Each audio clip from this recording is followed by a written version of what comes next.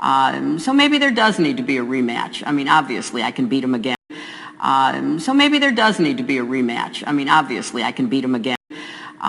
So maybe there does need to be a rematch. I mean, obviously, I can beat him again. Beat him again? Does that mean you're now sitting in a White House, Hillary?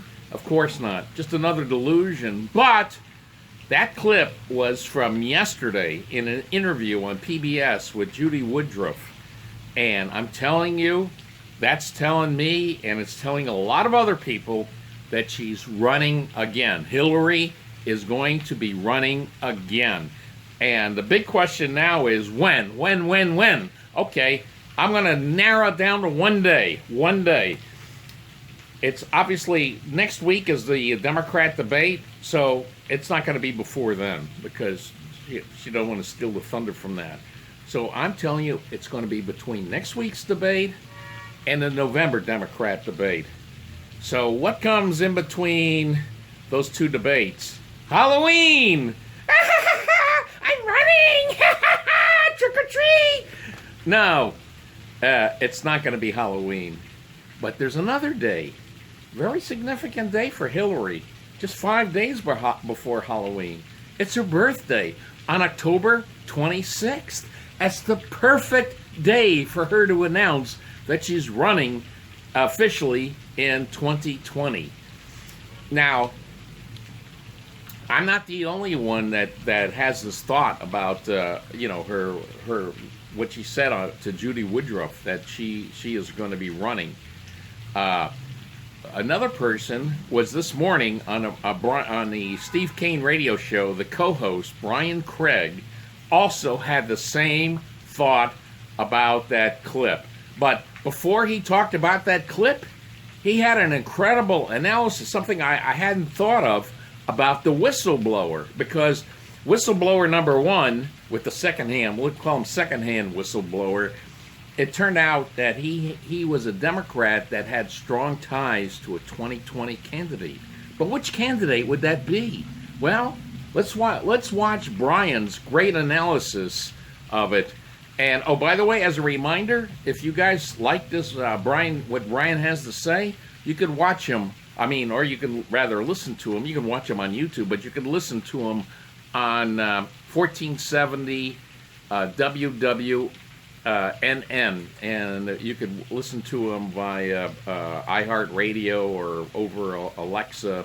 Anyway, let's get to Brian's analysis. It was just absolutely incredible about the whistleblower and what candidate in 2020 he thinks he's supporting. The whistleblower is not only a Democrat, but the whistleblower who triggered the impeachment witch hunt. Yes, they're a registered Democrat, and they have significant ties to a Democrat presidential candidate. But they have not yet told us which candidate it is. Is that something? Yeah. So the whistleblower has significant ties to a presidential candidate. Now, there are only two possibilities, and one, I think, is the likely possibility. Okay?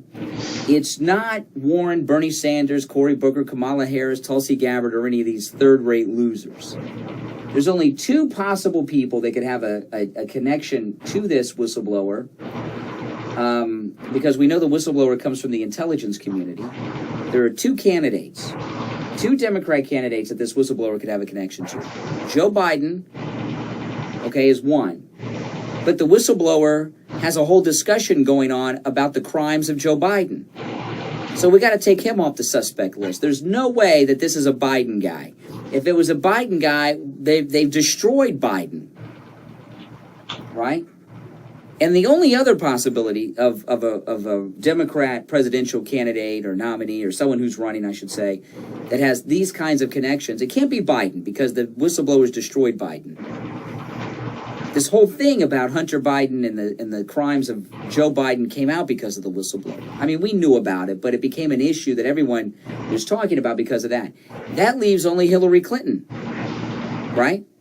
But when something like this happens, you know that old phrase, follow the money? Follow the money can have different meanings. It doesn't have to be the money, actual in denominations or anything. Who gains? Who gains by something? So when you look at the whistleblower, and you look at the whole fallout from the whistleblower, who has gained from this and what has happened? Hillary Clinton. Hillary Clinton. And notice, as I was talking about Elizabeth Warren earlier, at first you might say, well, no, it's Elizabeth Warren. She's about to become the front runner because of Bernie's heart attack.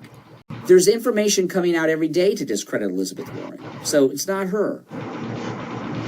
It's Hillary Clinton. The whistleblower is connected to the Hillary Clinton campaign.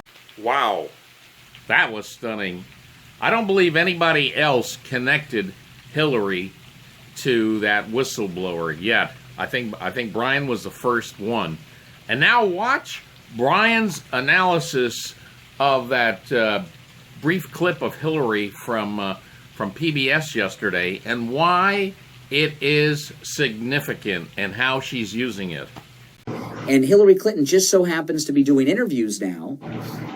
And yesterday she got a very good tip on how to go viral and get everyone talking about her when she said yesterday that she can beat Trump again. So she is claiming that she won the election in 2016. And I know a lot of people that are conservative are going to take that. I got the clip. I'm just not playing it. So maybe there does need to be a rematch. I mean, obviously, I can beat him again. It's about a 5-second clip of her saying she could beat him again, implying she won before. It was said in a way that would be a very good soundbite, not just on television, not just on Twitter, but on TikTok. TikTok is the new hip thing. TikTok, you guys know about TikTok? Most of you don't. I know about TikTok. Matt Lauer, there's a story going on with Matt Lauer with his 14-year-old daughter on it. Right now, you might have seen that in the news. TikTok, it's like what Vine used to be. Remember Vine? Very quick, like 10-second clips. Hillary Clinton made this crazy comment, not because she's lost her mind or is delusional or thinks she really won. She has someone on her team that understands the modern media and the TikTok, Snapchat era, and she said this crazy thing in a little 5-second clip so it can be used on all of these new social media outlets. Which tells us we got to watch out for Hillary a little bit because she has some people working for her that are not 100 years old like she had last time. She had a lot of problems last time. Nobody likes her. She's a failure. But one of the problems Hillary had is President Trump had an understanding on how to use social media and she didn't. She was back in the old out-of-date traditional media. And the way she said this in a 5-second clip was directed solely towards social media trending type news drop.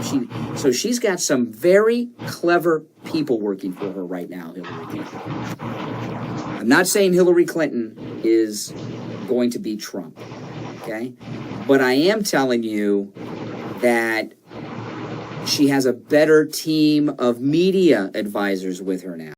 And I'm here to tell you that Hillary Clinton will most likely announce her candidacy on October 26th.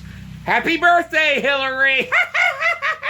Happy birthday to me! Happy birthday to me!